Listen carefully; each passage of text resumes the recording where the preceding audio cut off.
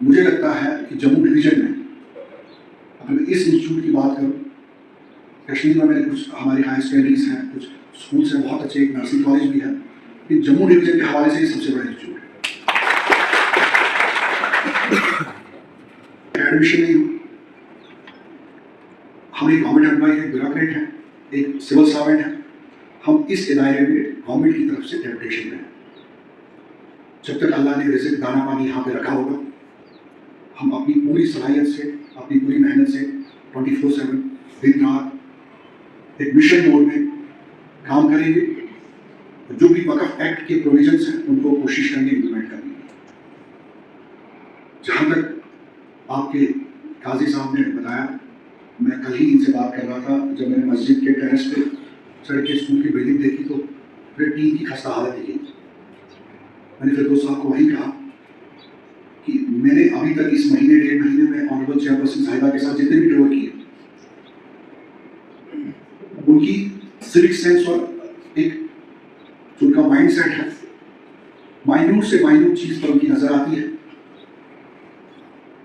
اور ہر چیز میں جو چاہے بیسک منیمم فیسلٹیز ہوں، فیس لفٹنگ کے حوالے سے ہو، انفراسٹرکچر ڈیولپمنٹ کے حوالے سے ہو، یا ایسیٹس کو گینفلی یوٹیلائز کرنے کے حوالے سے ہو، ہمیں مخصوص ڈائریکشنز ہیں، ایڈوائس ہے کہ اس چیز کو جو ہے صحیح سے صحیح استعمال کیا جائے۔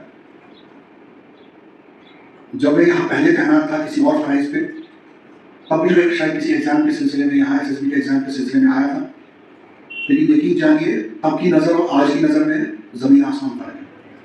اب شاید وہ چیزیں مجھے نہیں دکھتی تھی جو آج مجھے اس فرائض میں، اس کرسی پہ، اس عہدے پہ مجھے دکھ رہی ہے۔ فیس لفٹنگ سب سے امپورٹنٹ چیز ہے کسی بھی انسٹیٹیوشن میں۔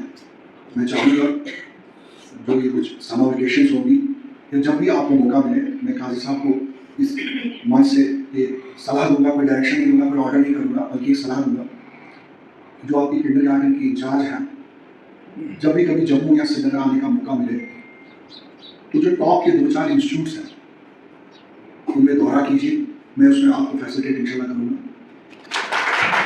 وہاں کی گڈ پریکٹسز کو سب سے پہلے ایکسپوجر بہت ضروری ہے، لرننگ بہت ضروری ہے۔ سیکھنا، کوئی کہے کہ میں پرفیکٹ ہوں، میں 100% ہوں، تو اللہ اور اللہ کی ذات کے سوا شاید کوئی نہیں ہے۔ ہم سب بندے ہیں، بشر ہیں، غلطیاں ہم سے ہوتی ہیں، لیکن ہمارا انڈیور یہ رہنا چاہیے کہ ہمارے اندر کی جو کیپیسٹی بلڈنگ ہے، اپنے اندر کا جو صلاحیت ہے، ان کو دن بہ دن جو ہے ہم ان کو بڑھائیں اور ہم سیکھیں۔ ہم جب کرسی پہ بیٹھے ہوتے ہیں تو کبھی ہمارا جو چوکیدار ہوتا ہے، پیون ہوتا ہے، وہ ہمیں کوئی ایسی صلاح دیتا ہے جو شاید ٹاپ سے ٹاپ جو ہے عہدے پہ جو بیٹھا ہے تو وہ نہیں دے پاتا ہے۔ تو ہمیں ہر ایک کی صلاح، ہر ایک کا مشورہ جو ہے وہ سننا ہے اور ایز اے سوسائٹی اس کو آگے لے کے جانا ہے۔ تو میں ان کو کہوں گا کہ کیپیسٹی بلڈنگ کے حوالے سے، ٹریننگ کے حوالے سے، لرننگ ایٹیٹیوڈ کے حوالے سے ان پریکٹسز کو دیکھیں اور اس کو اپنے انسٹیٹیوٹ میں ریپلیکیٹ کریں۔ اسمارٹ کلاس رومس کا بتایا گیا، وہ نہ ہی کسی پرائیویٹ آرگنائزیشن کی وساطت سے، بلکہ ہمارا اپنا ایک قدم رہنا چاہیے، اپنا اسٹیپ رہنا چاہیے کہ ہمیں انفراسٹرکچر، لائبریری، لیب فیسلٹیز کے حوالے سے اپنے انسٹیٹیوٹ میں جو ہے اس کو قائم کرنا ہے۔ چاہے اس کے لیے میں نے فیروز صاحب کو پہلے بھی منتھلی میٹنگس میں یہ چیز بتائی اور ایز این ایجنڈا آئٹم بتائی ہے کہ ان چیزوں میں جو کمی پیشیاں ہیں ان کو ہائی لائٹ کریں۔ ہم بورڈ میں لے کے آنریبل جو JK وقت بورڈ ہمارا ہے، چونکہ MCC model could of conduct کی وجہ سے ہونے سے میٹنگ شاید 1-1.5 مہینے سے ملاقات نہ ہو پائی، لیکن انشاءاللہ جلد ہوگی۔ ان چیزوں کو سامنے لائیں، ہماری نوٹس میں لائیں، جتنا ہمارے تک ہے ہم اس میں ساتھ دیں گے، اور جو آپ کے لیول تک ہے، فیلڈ لیول تک، گراؤنڈ لیول تک ہے، آپ اس میں محنت کریں۔ مارننگ اسمبلی کے حوالے سے کہا گیا کہ اسپیس کی جو ہے کمی بیشی ہے۔ میں آپ کو اس میں بتانا چاہوں کہ وقف ایکٹ کی، وقف کی جو زمین ہے یا کوئی بھی پراپرٹی ہے، نہ تو اس کو بیچا جا سکتا ہے، نہ تو خریدا جا سکتا ہے، نہ تو کسی کے پاس گروی رکھی جا سکتی ہے، مارگیج یا کوئی اس میں، یہ تا قیامت ٹل ایٹرنٹی وقف کی لینڈ وقف کی ہی رہے گی، بائی وقف ایکٹ یہ کہتا ہے۔ لیکن چونکہ وقف کا آرگنائزیشن ہونے کے ناطے ہم یہ لینڈ کسی پرائیویٹ انسٹیٹیوٹ کو نہیں دے پائیں گے، کسی تھرڈ پرسن کو نہیں دے پائیں گے، لیکن آپ اس وقف بورڈ، اس انسٹیٹیوٹ کے حصے ہیں، تو وقف تو وقف، ود ان وقف کوئی اس میں پابندی نہیں ہے۔ آپ اس پروپوزل کو قبول کریے تو میں انشاءاللہ اس کو جو ہے کمپیٹنٹ اتھارٹی کی نوٹس میں لا کے اس بورڈ کے حوالے سے اندرونی اپنے استعمال کے لیے، بچوں کی بہبودی کے لیے، اس انسٹیٹیوٹ کی بہبودی کے لیے جو ہے میری اس میں سہمتی رکھتا ہوں۔ اسٹاف کے کچھ ایشوز کہے گئے. اسٹاف کے حوالے سے اسٹیبلشمنٹ کے ہمیشہ ایشوز رہتے ہیں. میں بحثیت خود تعلیمی نظام کے ساتھ بہت ایک میرا دلی بھی لگاؤ ہے, اور میرا سوشل جو سرکل ہے, اگر میں اپنی والدہ کی بات کروں تو وہ شریعہ ماڈل انسٹیٹیوٹ ڈوگا میں ابھی بھی تعینات ہے اور پچھلے 20-30 سال سے اپنے فرائض انجام دے رہے ہیں. میری اہلیہ بھی اسکول ایجوکیشن میں ہی کے ساتھ منسلک ہے. میرے برادر بھی education department, higher education school education ایک ہی بات ہے, وہ بھی اسی سے منسلک ہے. میرے brother in laws, sister in laws, even میری مدر ان لا بھی لیکچرر ہے اسکول ایجوکیشن میں. تو میں اور جنہوں نے مجھے بچپن سے لے کے بڑے ہوتے تک پڑھایا ہے, میرے ماموں جان, وہ بھی ایجوکیشن سے ریٹائر ہوئے ہیں 6 سال شاید ہیڈ ماسٹر یا ماسٹر کی حیثیت سے. میرے فادر ان لا بھی اسکول ایجوکیشن میں لائبریرین کے عہدے سے ریٹائر ہوئے ہیں. تو میں اسکول ایجوکیشن کہنے کا مقصد یہ ہے کہ اسکول ایجوکیشن ڈپارٹمنٹ کے حوالے سے میں بہت نزدیکی سے جڑا ہوں, اور ان کے مسئلے مسائل جو ہے میں چاہے اس فرائض سے پہلے بھی میں چیزوں سے واقف ہوں, اور مجھے خود شوق ہے کہ بھائی ان انسٹیٹیوشنس کا جو ہے بہبودی ہو, ان کی فیسلٹیز میں فیس لفٹنگ اپلفٹمنٹ ضرورت ہے. میں تھوڑا سا ٹاپک سے ہٹتے ہوئے آپ سب بڑے پرخلوص طریقے سے, باادب طریقے سے آپ سب سے ایک گزارش کروں گا کہ اپنے دل پہ, اپنے قلب پہ ہاتھ رکھ کے یہ بتائیے کہ اس انسٹیٹیوٹ کا اسٹینڈرڈ بنانے میں 99.9% ہاتھ آپ کا ہے, 0.1% ہمارا ہے. کیا آپ اس انسٹیٹیوٹ کے اسٹینڈرڈ کے حوالے سے جو آپ صبح سے شام یہاں محنت کر رہے ہیں, کیا آپ اس سے سیٹسفائیڈ ہیں؟ نہیں سر. اپنی ضمیر سے پوچھیے, اپنے دلوں سے پوچھیے. نہیں سر. بالخصوص وہ لوگ جو 20-30 سال سے یہاں شیٹڈ ہیں, جو 1-1.5 سال سے ہیں, تو وہ تو شاید اس چیز کو بخوبی نہیں بتا پائیں گے. جنہوں نے پوری اپنی زندگی اس انسٹیٹیوٹ پہ وقف کی, M A, B Ed, double B Ed, P Gs, جو باقی کسی ادارے میں ہوتے تو شاید 1 لاکھ سے زائد تنخواہ دے رہے ہوتے, کسی گورنمنٹ ڈپارٹمنٹ میں ہوتے تو کہیں اور عہدوں پہ ہوتے, لیکن انہوں نے اپنی جوانی, اپنے کہتے ہیں مال و جان کی قربانی کر کے اس انسٹیٹیوٹ پہ جو ہے اپنا خون اور پسینہ لگایا.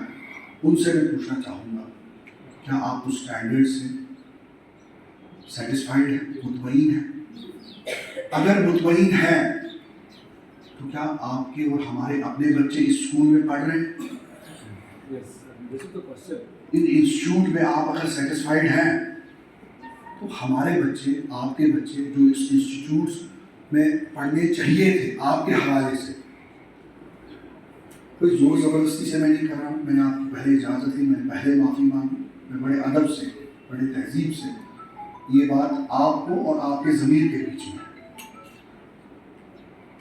کیا آپ نے اس انسٹیٹیوٹ کا اسٹینڈرڈ اس لیول تک لے پائے کہ آپ سوچیں گے کہ 10 اسکولس ہوں گے, 10 آپشنس کشتواڑ میں اویلیبل ہیں, یا جموں سے نگر یا باقی بیرونی ریاست میں یا بیرونی ملکوں میں, کیا آپ اس انسٹیٹیوٹ کو اس حد, اس لائق سمجھتے ہیں کہ آپ کے اپنے بچے یہاں پڑھیں؟